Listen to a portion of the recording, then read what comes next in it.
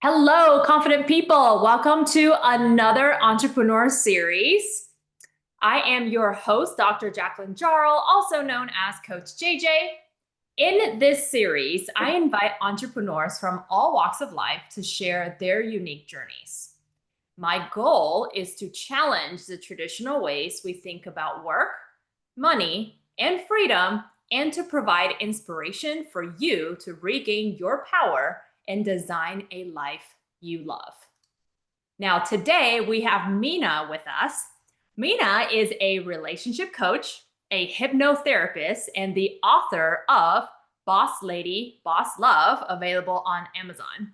Welcome, Mina. Thank you so much. Happy to be here. So I'm gonna throw it over to you, to give us a little bit more about yourself, your business, right? All of that. But I am very, very interested in digging into the relationship coach piece because you're the first ever relationship coach that I have met. So I'm really interested in diving into like what all that is about. So I'll throw it over to you to give us a deeper introduction of yourself and your business. Hey, thank you. Yeah, so I guess I was first introduced to relationship coaching because I was having problems in my own relationships. I just went from one bad relationship to the next. And finally, I guess one relationship ago, I hit rock bottom and thought, okay, I just need to fix something. And I just happened to come across an ad on Facebook and signed up for this coach. And I just learned a whole lot about myself and about what I was doing wrong. And it really was me. I was the problem. And so I just learned some really practical ways of getting over a lot of my bad patterns. I was chasing men who weren't emotionally available or men who needed a lot of fixing. And so my relationships were basically major projects. They didn't make me happy. And and as I did that, I started to learn about all the benefits of just, doing internal work, just personal development stuff that I hadn't really paid attention to before. I always kind of saw those self-help books as being kind of woo-woo and, not all that substantive. But I really started to change my mind about those things, and I learned a lot. And in the process, I came across this method of hypnotherapy, which I now practice, called rapid transformational therapy. And I just saw the, really obvious transformational benefits from doing this kind of therapy. And it helped me a lot as well, because it turns out that a lot of my relationship problems stems from my family dynamics. And I just needed to kind of, redo things up in my subconscious before I could be healthier. So it was my own experience that brought me to this field. And I feel like I just have insight now about how women can really change the, story of their romantic lives. Two things that you said that really resonated with me. And I say this all the time. I say one of them all the time to my clients as well, is their problem is us. Yes. Their problem is not like we always like to, it's easy to point the finger at other people, right? Yes. If something doesn't go well, oh, it's their fault, right? Him over there, Yeah. her over there. It's never Yeah, and it's it's never really us. easy to say, all my relationships were terrible, so men suck. And so I'm not going to meet men anymore because they're the problem and I'm the victim, which Right. doesn't help anybody. Yes, 100%. And it's honestly it's so true in your career as well, right? You can Mhm. blame your boss, you can blame the company, you can blame your coworkers, but until you take an active role in what you want to do with your career, nothing is going to change. Same thing in your finances, right? You can Exactly. say, "Oh, I was dealt a bad hand, my parents were poor and this and that. Oh, look at all those people. Look, they were born with silver spoons in their mouths." But a lot of people, everyday millionaires, right? A lot of Mhm. people get into their situation and all right, how do I fix it? Right? Mhm. And then they Exactly. actively make changes and learn whatever it is that they need to learn. Maybe it's relationship, maybe it's financial literacy, right? Maybe it's how to write a better self-appraisal to get you promoted, but you have to be the active person, right? To Mhm. make those changes. No one else is going to change for you. Absolutely. So I absolutely love that part. And then the second part, and I feel like this is so true as well in everything that we do, our original home environment, how we grew up, shapes us. Whether you want to call it childhood trauma, you want to call it, adverse childhood events. I think it's like the actual terminology that's being studied right through these academic institutions, or it's just habits and Mhm. mindsets that you have learned, right? It might not be trauma, it might not be adverse events, but it's literally you watched your parents, right, for however many years growing up. You maybe even watched your grandparents do the same thing, right? Because again, your parents learn things from your grandparents, your aunts, your uncles, right? And if they're all doing the same thing, then that's really all you know. So when you become 18 and you go out into the world, you're going to mimic those actions, right? That you've observed for your pretty much your entire childhood. So sometimes they're great observations, other times not so much. And they might have worked for your parents, might have worked for your grandparents, but they probably are not going to work for you, right? Different times, different generations, and things like that. So that's, I think maybe we can dig into that a little bit, right? Because again, if I were to say, all right, it's me, I'm the one who has to change, where do I start? Like, do I have to start from childhood and be like, okay, this is what I do, but I should be doing something else, right? Like, how do you determine, like, where do you even start? Well, first is self-awareness, really looking at yourself and acknowledging, yes, I am the problem. And these are some of the patterns that seem to recur in my love life. Maybe you're always chasing emotionally unavailable men. Then instead of saying it's the men who's the problem, acknowledge there are actually men who are emotionally available. And, those men that you said were too nice and bland that you rejected, Yes. they probably would have been better partners, but you just weren't willing to see them that way. Why? And so it's really, first acknowledging that piece. Once you can name it, some people can just turn things around. It might be just a matter of considering the opposite. So, if you, for example, have the fear that all men are bad, that they're all going to cheat on you and lie to you, then maybe it's just a matter of repeating to yourself over and over that no, there are good men out there and they are available to me. And so what we're doing there is rewiring your brain. Basically, you want to change the neural pathways in your brain so you take on new empowering beliefs. So instead of saying over and over, which you've done for years now, that men suck, then basically everything you see is evidence of that. Instead, you're going to say there are lots of different kinds of men, and there are some really wonderful men who are available. And that just your brain starts to show you different options. So that's one big part of it. Changing your mindset using these simple exercises. But then also something like hypnotherapy can help. If you have really deeply embedded beliefs, oftentimes you don't even know you have them. It's like, asking fish to describe water. You're too close to it. And so Yeah. sometimes having somebody on the outside, you talk to them about your patterns and see what is it that they can identify. Because I can see pretty quickly with the women I work with, like, oh, you're avoidant. You're Mhm. afraid to open yourself up because you were hurt when you were a kid. Yeah. Or, you have a certain pattern where you avoid things or you self-sabotage, whatever it is. And so that's why relationship coaching is really powerful because, you know, your friends, your loved ones, they don't always see what's going on. I mean, they might have ideas about it, but when you get advice from people who are not professional, I feel like oftentimes they're telling you what they want to hear, or they're projecting their own things onto you. Yeah. Yeah, that is so true, I think. And please don't please don't Google it, right? Because there's all sorts of people on the internet that will say whatever, right? It may have worked for them, it might have not worked for them. Yeah. And But even ChatGPT, like a lot of people are now using ChatGPT, and yeah, basically it's telling you things based on what you tell it. So if yep, you have a certain way of looking at the world, you're just going to get more, yes, reinforcement of what you yeah, already believe. And that's not yeah. always helpful.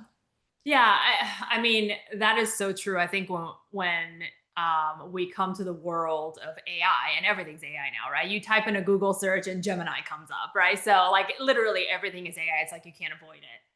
And like when I was in school, my professors were always like, well, this is my data professor, so he wasn't talking about AI, but it's the same concept, right? It's Mhm. garbage in, garbage out. Mhm. Right. So, number one, you have to give it the right prompt.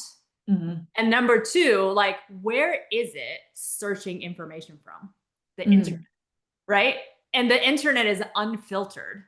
So, there's a lot of garbage, quote unquote, right, on the Mhm. internet of just people's regular people's opinions, right? Mhm. And like you said, they're not professionals, right? Maybe they've gone through it themselves one time. So they're like, this is how it is, even though it's just their own experience, Mhm. versus somebody else can have a totally different experience. Mhm. So, um, and I love that you said rewire your brain. Like, I feel like everything comes down to that, Yeah. right? Like it's rewiring your brain to number one, love yourself, Mhm. right? Because I mean, I grew up in a very Asian family. I lived in Taiwan for from like 1 to almost 10. Mhm. And I feel like as an Asian female, and I was the middle child. Mhm. So as an Asian female middle child who had a brother, the only son of the family, who was 8 years younger than I am, right? Mhm. It was like I just disappeared. Like Mhm. I was seen but not heard, right? Mhm. So it was like only when I do things that my parents tell me will I be loved. And that was Mhm. kind of the mentality that I had, right? Like I had to do things that other people told me to so that Mhm. I can get the love that I deserve. Like I'm only Mhm. worthy of love if I get good grades. If I, do this thing correctly, went to a good college, right? Got a good job, had a good salary, married someone rich, right? So I think it is about kind of rewiring our brain, right, to love ourselves and know that we are enough in our current state. Of course, that doesn't mean that we can't improve. To me, life is continuous improvement, right? There's no perfect person. You can always get better, but you can love yourself and improve at the same time. Yes, absolutely. Self-love is where it all starts. And just going back to your own biography, I mean, that's the case with so many of the women that, I work with. I work with high achieving women because so many of them have this backstory of needing external validation. How they felt like they could get love, And so what that means is when it comes to their romantic lives, they're always people pleasing or over functioning or somehow shrinking themselves because they feel like they can't just be themselves and be loved for it. They need to actually work for it and strive for it. And it's not just necessarily given to them. Yeah. And that just, romantically, that puts you in a really bad place, even professionally. I mean, I think we talked about this a little bit too, about how, you felt burnt out at one time. Yeah. We overwork because we're constantly chasing that reward because we don't feel like we're enough just being ourselves. Yeah. And so we're always chasing, chasing, chasing, and never arriving. And if you do that in your romantic life, that has some bad consequences. You attract the wrong type of men. You end up in the kind of relationships where you can't be yourself. Yeah. And I'm seeing a lot because people are getting married later Mhm. now. I'm actually seeing a lot of people who have been together for a long time, Mhm. like 20, 25 years. And then they end up getting divorced. There's usually some sort of a trigger event, like for example, empty nesting, right? Like Mhm. all the Mhm. kids went to college, now they no longer need to put on a face for the Mhm. kids. And then there's nobody else in the house. It's just, the two spouses, and they're like, I don't actually like you. Like, I don't actually like the way that I've lived for the last 20 to 25 years. Mhm. I mean, I see this a lot in Asia for sure, but I think I'm seeing it more in America Mhm. now, as well.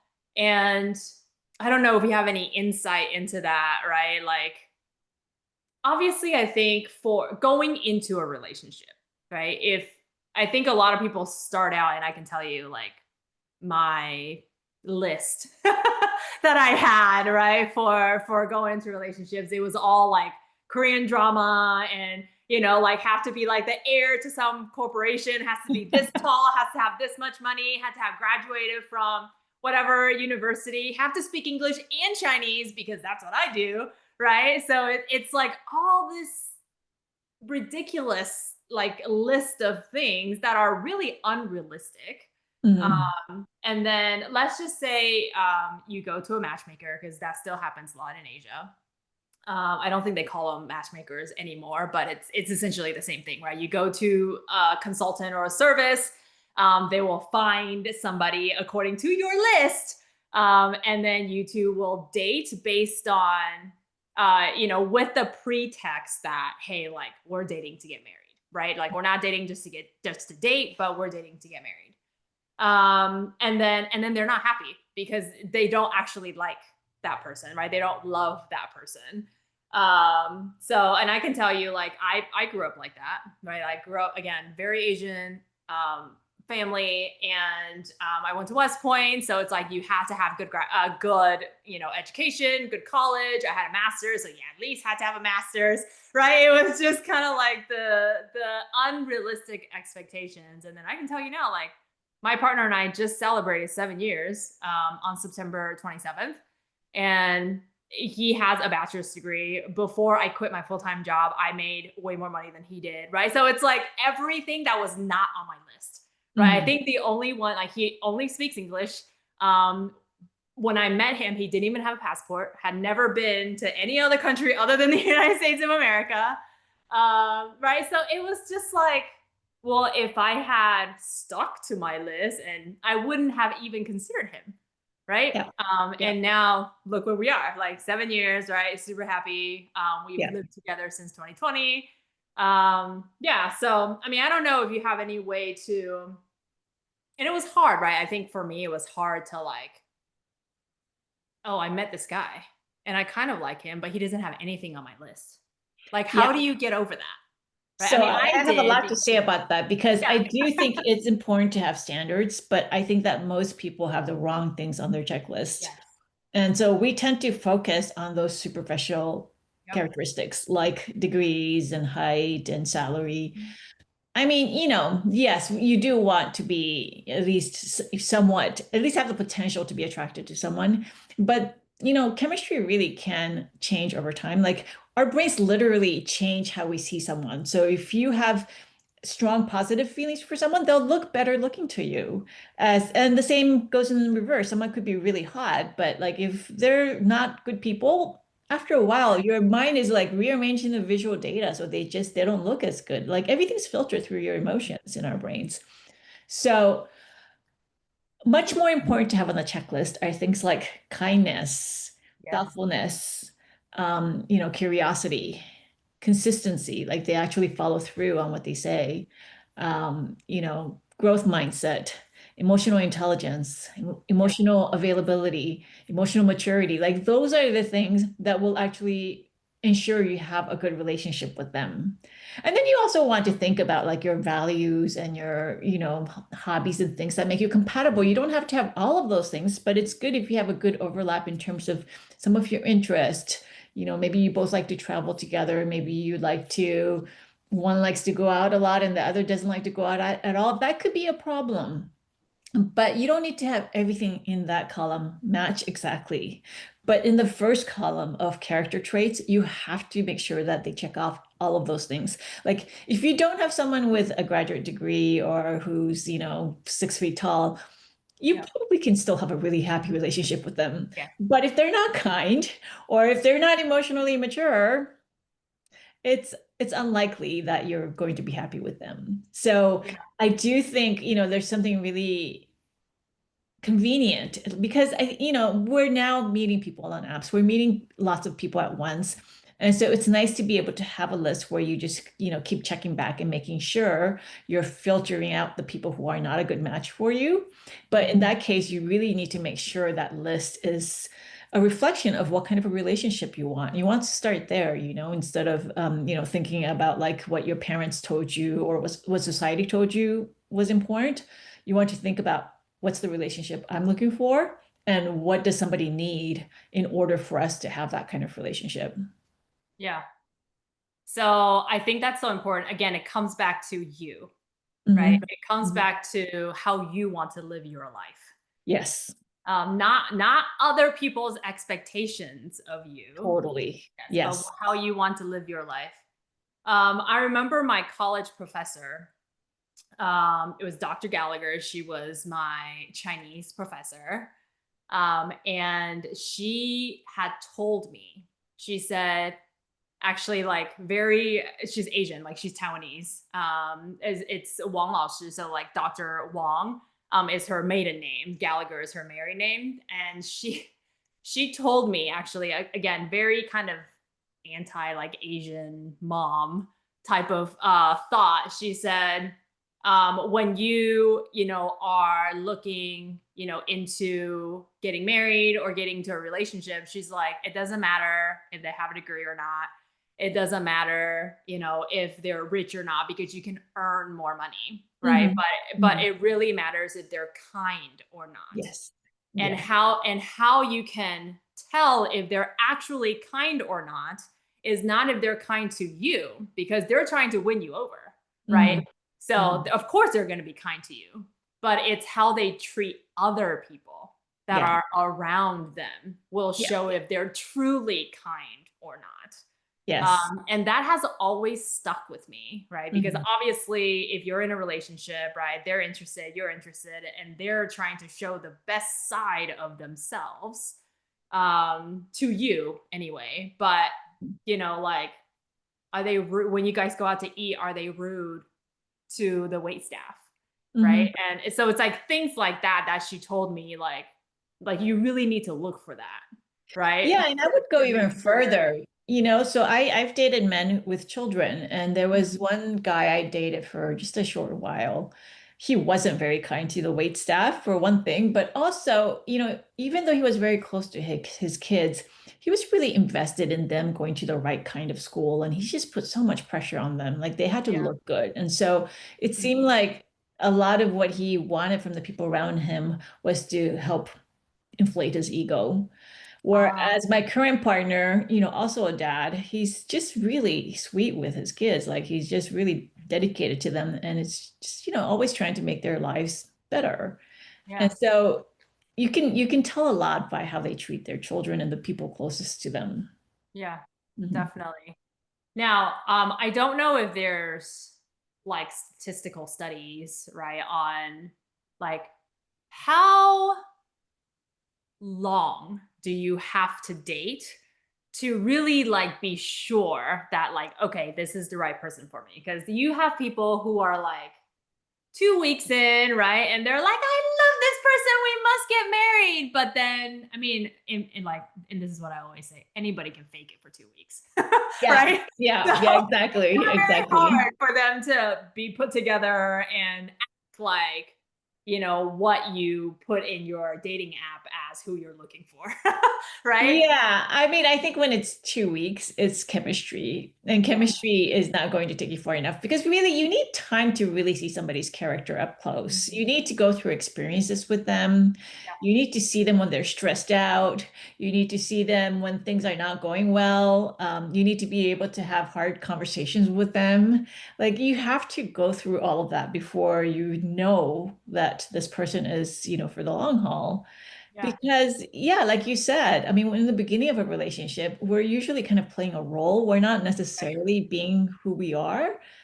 And it's easy to do that for a short time. And it's true that, chemistry can cover up a lot. And chemistry is oftentimes, it's actually not necessarily a good thing. Like, I know that a lot of people who have had bad relationships in the past, maybe they were with a narcissist or they had a parent who was abusive, they Mhm. often feel the butterflies in their stomach Right. flutter when they meet someone who's familiar, who reminds them of, an abusive ex or an abusive parent. But we interpret that as chemistry.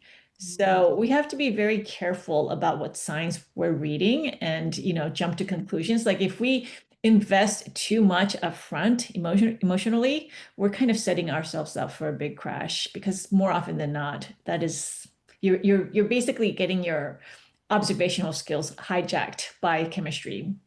And you Yeah. need to have your eyes wide open and be able to see the person in front of you, objectively, like not Yeah. through rose-colored lenses. Yep. Yeah.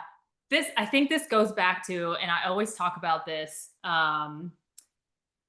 when I do more like the HR type of work, in financial coaching a little bit too, but our brains are designed to survive for survival, right? Mhm, It's here to mhm, make sure that we survive.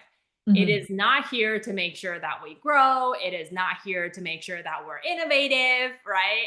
And that we are like, be the best that you can be all you can be, right? Or Like be our brains happy, are, or yes, even be happy. Yeah. right. Our brains Yeah, are literally like, what do I need to do to stay alive until tomorrow? exactly. That's Exactly. literally what they're doing. So I think a lot of what you brought up with like the abusive relationships, right? And things like that. It's like if you grew up Mhm, watching that, that is mhm. what is familiar to your brain. Exactly. And even if, and we all know, obviously, abusive relationships are not good for you, but for survival reasons, your brain will actually lean towards what is familiar, Yes. right? And this is why we have like these, I don't know what like the term is, but it's like people who are in abusive relationships always end up in other abusive relationships, Yes. right? Because their brain literally takes them back to what is familiar, because that is survival. Like, Mhm. even though it's not good for you and it doesn't serve you, but at least your brain knows how this story ends, right? Like, you're going to be in a relationship. Or Yeah. or there might not even be wishful thinking, and your brain might be trying to help you rewrite the ending, I Yes. kind of feel like in my case, so my father is probably mentally ill, and he was while we're growing up, and he was quite emotionally abusive with my mom and with us, sometimes physically abusive too. Yeah. And I feel like I just kept going out with men who were kind of like him because I Mm. wanted the story to end well, and it never did. Ah, yes. Like, I you're really had to literally, yeah, you're I trying had to to set a abandon different that ending. script. Yeah, Yes, yeah. to a story that you're familiar with. Yes, yes. That's the other thing too, I think. A lot of people go into relationships. Like earlier when you were talking about the list of like non-negotiables, right? Like the Mhm, kindness, mhm, the character. A lot of people go into relationships and maybe this person has like 3 out of those 5 non-negotiables. And you go into a relationship and you're like, I can change them. Like, I can make these two things happen, right? Like, what's your kind of viewpoint on that, and just what you've seen obviously in your coaching? Well, I like Mel Robbins' let them theory. I don't know if Mhm. you've heard of that, but Yeah, her, big idea, and is so true, is you can't change people. They have to want to change themselves. yeah, And so, you're just going to be banging your head against a wall. If 2 out of 5 is actually quite a lot to yeah, change. And so you're just going to expend a lot of energy trying to do something that's not going to happen. And instead, you could be spending that time and energy building a beautiful relationship with someone who has all 5. So right, why waste your time? I mean, I feel like that's another thing a lot of people don't get is that there are options out there. There's more than one person you could be with. yeah. And we get too hung up on someone who's not right for us. And Hmm. our lives are finite. We only have so much time, so much energy. Let go of the ones who are not going to cut it for us Yeah. and find the ones who will. So you mean, unlike Disney movies where it's like you were created for one person and one person only in this I mean, world? not only that, but you change species like from a mermaid to a Yes, human, and then I you know. lose everything in the end. Or the Beauty and the Beast, where you're like trying to turn a beast into a prince. Like, yeah, see, that's the other thing. You mentioned family and cultural upbringing, but there's also just a lot of social messages we get from a time, Mm. when we're young. And it's hard to kind of switch off those stories. Yeah. Yeah, 100%. I mean, I grew up on Disney, right? And I had when I was young, probably when I was a teenager, like all the way through high school as well, right? Where I was like, oh yeah, I'm looking for that person to sweep me off my feet, you know? Yeah. And there was something else that you brought up earlier where and I can't remember exactly what you said, but it was like it made me think of like it's your idea of love based on all the movies that you've seen, right? All the cultural stuff. Maybe it's what you've observed in real life. And and then when you go into a relationship, you're literally trying to make things happen that fit that idea of love, right? This Yes. is what I think love should be. Yeah. And then when you don't get it, because none of that stuff is true, right? Like when you don't get it, then you end up so disappointed Yeah. and then you're like, but I can still make it happen. Right. Especially if you're a high achieving woman, right? You're like, I'm going to make this happen, regardless of what I have to do. Like, even if it kills me, I'm going to make it happen. Right. Because that's what high achievers do. We don't give up. We don't walk away. We're going to make it happen. And then you end up suffering and burning out. Right. And this is why people stay in relationships for 20 to 25 years and Yeah. then at the end of the 25 years, they're like, why did I Yeah. do that for so long? Yeah, there's a lot of self-abandonment in Yeah. relationships among high achievers, because they just want to keep it up and they're perfectionist. Yeah. And that often means for women that they let go of their boundaries, they, Mhm. do whatever the other person demands of them. They kind of lose themselves. And Yeah.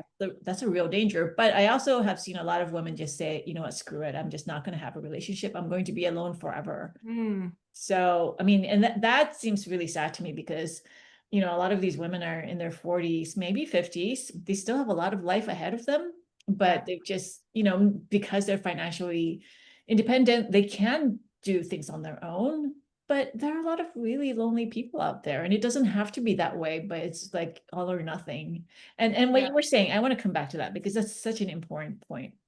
So, we've gotten a lot of notions of what love is from rom-coms, movies, Yeah. just these things we're exposed to when we're young.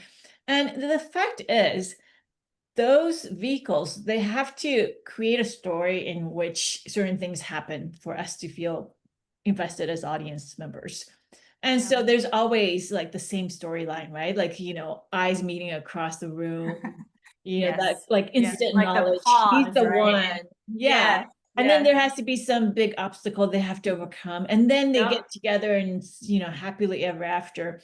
And so there's a reason for why the stories are told that way, because that's what hooks audiences. Yes. Has very little to do with reality. Like the slow simmer is so much better for Yeah. most people. I mean, there's always an exception. There are couples who, they feel it almost immediately and they stay together for a long time. But that's really the exception to the story. Mhm. And most of the couples I talk to who are very happy, it didn't happen that way for them. Yeah. Yeah.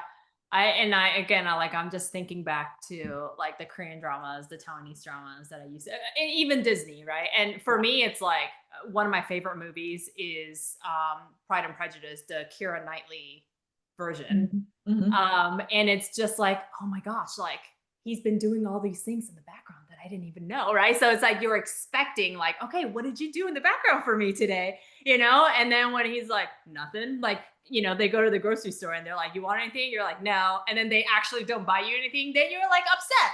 You're like, why are you upset? You told him you didn't want anything, right? And so it's like a little bit of like, obviously not as big as, in the movies, but like that's made for entertainment. Like that's Right. not a real life, right? Like it's made to sell tickets, movie Yeah. tickets, Yeah. ratings, right? And things like Yeah. that. And like what you were saying with the slow simmer, like I think for most people, right? Like love is like the everyday normal stuff. It's Mhm. not the big ups and big downs and it's just like it's okay if you don't have a big conflict. Like it's okay, right? Yeah. If you don't have families that oppose you two being together, like that doesn't have to Right. be a thing. Right, Right? right, Um, right. so I feel like in Asia, that's like all that's ever on Asian TV is like, oh, like you're not like the right social status, or you don't have Yeah, this degree, right? And it's yeah, like it's okay. Like it's okay if your parents don't oppose you. You can still be yeah. together and be very happy, right? Yeah, in fact, um, you might be happier, you yes, know? yes, exactly. It's like it's okay. Like you don't have to go through conflict like that to essentially. It's almost like, well, I have to do that in order to prove my love, right? It's like Mhm. you don't have to do that. Like you prove your love by just committing and being together. Like Yeah, that is the yeah, normal way, right? yeah. That everyday people, how they find happiness and how they fall in love and just spend the rest of eternity together, right? Yeah, and that's a pretty awesome model, but it would make a Yes. really boring movie, right? That's why we Yes. don't see it in the movies. But Yeah. unfortunately, we watch a lot of those kinds of shows when we're younger, and our brains just soak it up and think that Yeah. that's like, what it should look like for us. And so a lot of people, especially with dating apps, because there does seem to be so many options, they keep scrolling, they keep talking to the next person, hoping that they're going to be struck by lightning. And instead, if their expectations change, they might find some really quality person and be able Yeah. to have a quality relationship. Yeah. So Definitely. Now with the last probably 10 to 15 minutes, I personally am not super familiar with hypnotherapy. mhm, Like I've gone through, a bunch of other therapies for like military related PTSD, right? Depression, mm, anxiety, and all those things. But I am not super familiar with hypnotherapy. So I think for those of us who, maybe might benefit from it, but don't really know like to even look for it, like maybe just give us a little bit about like hypnotherapy, who it's for, right? mhm. Like who might go through hypnotherapy. Really, anyone can have hypnotherapy, and it looks nothing like what you see in movies and TV shows. Okay. So basically, we just get you into a very relaxed state. And what that does is it's kind of putting your conscious mind to sleep. You're not completely asleep, like you can come out of it anytime you want to. You're totally in control. But by making you really relax and quieting your conscious mind, we're able to ask the subconscious, like, why are you holding on to these beliefs? Why are you anxious every time you're, in a dating situation? Why do you always expect the worst to happen? Or whatever it is. And I will usually bring the client back to a time, something that happened in their past, usually in their Okay. childhood, where they took on that belief. Like maybe it's a scene where, their neighbor was making fun of them, or even Mhm. worse, things like, sexual abuse or some other violence done to Yep. them. And I make them see, okay, when you were a child, it made so much sense that you then took this message, like I have to protect myself by not putting myself in harm's way. Like I have to, Mhm. get away from men, or I have to, I have to get really fat so that people won't touch me, or whatever Oh, it is. uh-huh. And so then, I say, yeah, you acknowledge that and you show compassion to them as kids, that they had to take on these beliefs when they were powerless, and they had to protect themselves in the ways that made sense to them. And then I show them, hey, now you're an adult and those beliefs aren't serving you anymore, and now it's actually getting in the way of you reaching your happiness goals. So we work on replacing those bad beliefs with positive ones. And so we come up with a picture of what they want their lives to look like without that issue. And I make an audio for them that they listen to every day, because repetition creates new neural pathways. Yep. And so they end up taking on these new beliefs and shedding the old ones. And it just opens them up to a different way of behaving, different way of responding to the world. Mhm. So, it's about maybe 90 minutes, sometimes 2 hours. I just go through these earlier scenes. I help them see it in a different light as adults. And then in the end, I have them basically, take on their inner child, and they basically become their own parent. Because Mhm. that's where a lot of the self-love is. Like, our parents tried their best, but Yep. oftentimes they were also victims of whatever happened to Right. them. Yep. And they were like damaged beings trying their best for their children. And so it's a matter of showing them compassion as well and saying, okay, like they did their best, but now you are capable of being your own parent and you can embrace yourself, you can love yourself and forgive yourself for whatever happened and be able to move on by showing yourself compassion and this knowledge that now you are an adult with power and agency and freedom, and you don't have to hold on to these disempowering beliefs anymore. Hmm. Yeah, that's so great. And I know, like a lot of my friends, right, are like, we journal every day, and we Hmm. like every day we wake up and we write three positive thoughts, right? Hmm. Hmm. And I think it's like if you do journal, if you go through Hmm. that, and you write these positive affirmations, right, and things like that, but you feel like maybe you need just a little bit more extra, Yeah. given everyone has different lived experiences, right? So Yeah. some people, the journaling might work, like it's great, like that helps them and that rewires the neural pathway, and they're off to the races and living their ideal life, which is great. Hmm. But a lot of people like myself, again, like I said, right, like I had to go to like trauma therapy, because Hmm. it wasn't something that I could just be like, this didn't happen, like my brain is like, no, it happened. Like, Yeah. stop telling Yeah. me it didn't happen, right? So Yeah, like, so let me actually address that because yeah, it's not so much the thing that happened to us yep, that's weighing us down. It's the interpretation of those events. The yes. events in themselves are not necessarily the problem, but it's what we took away. And so Yeah. once we're able to tell ourselves a different story about the event, then we're free to live our lives more empowered. Yep. Yeah. And I think that that's very true. Like same thing. Why I went through EMDR. I don't know if you're familiar Mhm. with that, but Mhm. it's like a Yeah, like it's very similar. specifically for PTSD. Yeah. But it's like brain. I don't know exactly what happens, but I know Mhm. it's exactly what you said. It's taking the situation. It's not trying to wipe it out, Yeah. because your lived experiences are your lived experiences. Like Mhm. nobody can change the fact that it happened, Right. but it takes your essentially memory of it, Mhm. right? And from a traumatic memory, and Yeah. then your brain, like through the prompts that the therapist gives you, reprocesses Yeah. the memory into a normal memory. So now it's no longer traumatic. Now it's just an everyday normal memory. So Mhm. that you can, again, like, right, not be constricted by Mhm. your traumatic memory and how it impacts your life, and things like that. So, Yeah. and it like 100% works. So for those individuals who maybe need a little bit more, right, than just the everyday affirmations, maybe the meditations. I know a lot of people are into meditations nowadays. Or the like, again, the journaling, right? Like, maybe look, like, research a little bit of hypnotherapy. And if you have any questions, right, you can always reach out to Mina. So, Mina, tell us, as we're wrapping up here, if people do want to reach out to you, Mhm. how do they find you? Where do they go find you? Probably the easiest is my website. So you can just go to www.minayang.com. Okay, great. Awesome. Well, thank you so much for your time. This was super informative. And like I said, like, you're the only relationship coach that I know. And like, I think people usually try to steer maybe away from the personal stuff and focus more on the career coaching, right? And all of that, like for me, the financial coaching, right? And things like that. But I think our relationships are so, so important.